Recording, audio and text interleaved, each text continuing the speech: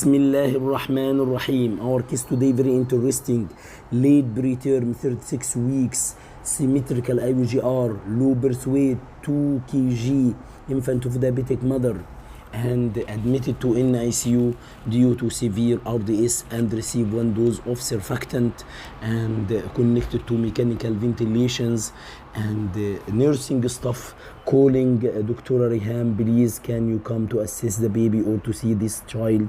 Why? Because the baby was desaturated up to 80% and there is pink red fluid secretion in the ATT and oropharynx, indicate pulmonary hemorrhage, and also having a baby low Apgar score from the start. Dr. Reham, she came, assessed the baby clinically. There is by auscultation, there is widespread crepitation in the back, and looking for the monitor there is tachycardia, and also there is some element of congestive heart failure, tachypnea, tachycardia, and the tender liver, indicate significant PDA and machinery murmur also with winding pulse pressure. So the assessment at that time, this is late preterm 36 weeks, low birth weight 2 kg, symmetrical IUGR, pulmonary hemorrhage, early onset mental sepsis, infant of diabetic mother, and because low Apgar score there is element of hypoxic ischemic encephalopathy. So she is looking for what? For the risk factor for pulmonary hemorrhage. Yes, the baby risk factor, preterm, RDS, and PDA, hypervolemia, especially in the first 24 hours, and coagulopathy, sepsis, IUGR, hypoxic ischemic encephalopathy. This is all risk factor for pulmonary hemorrhage. Dr. Reham, she started to request for what? First, initially blood gas, looking for or checking for oxygenation and the CO2, and requested for chest X-ray. There is classic white out lung and with air bronchogram and resembling RDS. For sure, she requested for septic workup and started antibiotic because the sepsis one of the risk factor for pulmonary hemorrhage. FBC or CBC, looking for anemia, might be need to correct it. Clotting factor, coagulation profile, need to fix, and you can request for blood product. And she requested for echo to confirm or to check if there is any significant PDA might be the cause for pulmonary hemorrhage, and she requested for ultrasound because association with intraventricular hemorrhage or intracranial hemorrhage. Dr. Reham started to treat the baby. What is the bedside management? The first thing Dr. Reham, she do it, she called the consultant and the senior. Why she called the consultant and senior? First, because this is emergency condition, life-threatening condition. The second, may the baby deteriorate rapidly or lose the baby. The third, give a chance to your senior to come if he's outside the hospital. Then started to do the ABC, airway, breathing, circulation. And the A, the airway, you have to mention 3 no. Don't handle the baby too much. So you have to sedate the baby. The second, don't remove the ATT. Why? Because severe active bleeding may not able to insert another one because you cannot visualize the field. The third, no suction. Avoid unnecessary suction unless there is evidence of airway obstruction or secretion or clot blocking the airway. B, breathing, ventilation point of view. Patient on conventional mechanical ventilation, so you have to increase the beep from 6 to 8 or 8 to 10 centimeter water. Why to increase the beep? Just only to compress the capillary vessel to stop the bleeding, and also you can increase the inspiratory time to 0.5 seconds. And if the baby on the conventional mechanical ventilation, you can shift him to high frequency. Why high frequency in pulmonary hemorrhage? Just to splinting the alveoli and compressing the bleeding vessel. But what about surfactant therapy?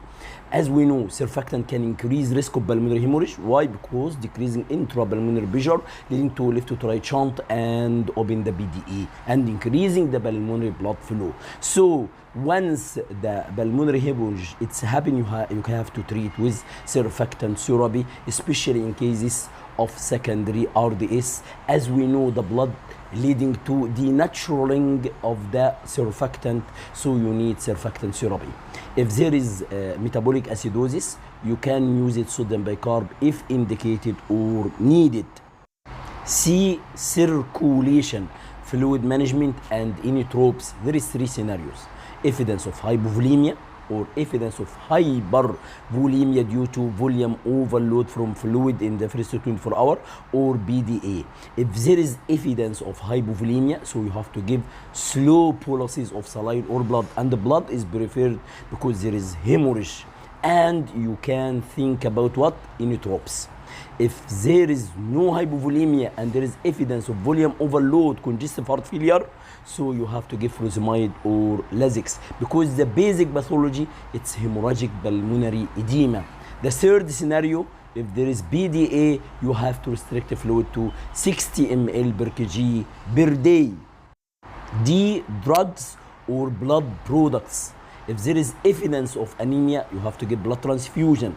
If there is evidence of coagulopathy or prolonged coagulation profile, you have to give fresh frozen plasma.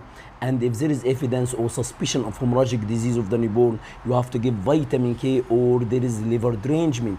And put in your mind, you can give factor 7. Why factor 7? If the bleeding is not stopped and there is suspicion of factor deficiencies.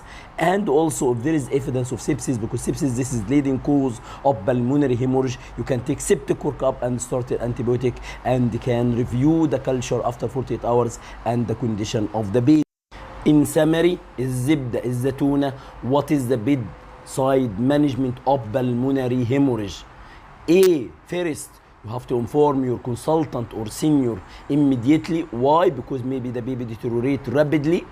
And A, B, C. A. 3. No. Don't handle the baby too much, and you have to sedate the baby. Don't remove the ADT. Why? Because severe bleeding may not able to insert another one. No suction. Avoid unnecessary suction unless there is airway obstruction. B. Breathing. This is a baby on conventional mechanical ventilation. You have to increase the beep from 6 to 8 centimeter water just to compress the vessels or the capillary vessels to stop the bleeding, and increase inspiratory time to 0.5 seconds. And shift the baby from conventional to high frequency. Why? To splinting the alveoli and compressing the bleeding vessels. Surfactant therapy. Surfactant therapy in cases of secondary RDS, and actually surfactant therapy, it's the blood denaturing the surfactant, so you have to give surfactant replacement therapy. If there is evidence of metabolic acidosis, you can use sodium bicarb if indicated. C. Fluid management depend on the condition. If there is hypovolemia, you have to give bolus of the saline or blood, and the blood is preferred, and you have to think about inotropes. If there is hypervolemia or evidence of congestive heart failure, you have to give furosemide. If there is significant PDA, you have to restrict the fluid to 60 ml per kg per day. Drugs or blood product, if there is anemia, you have to give blood transfusion. Coagulopathy, you have to give fresh frozen plasma. If there is liver derangement of a suspicion of hemorrhagic disease of the newborn, you have to give vitamin K and factor 7 if there be resistant bleeding and there is suspicion of factor deficiency. And you have, if there is evidence of sepsis, you have to take septic workup and start antibiotic and review the culture after 48 hours or the baby condition. شكرا. سلام عليكم.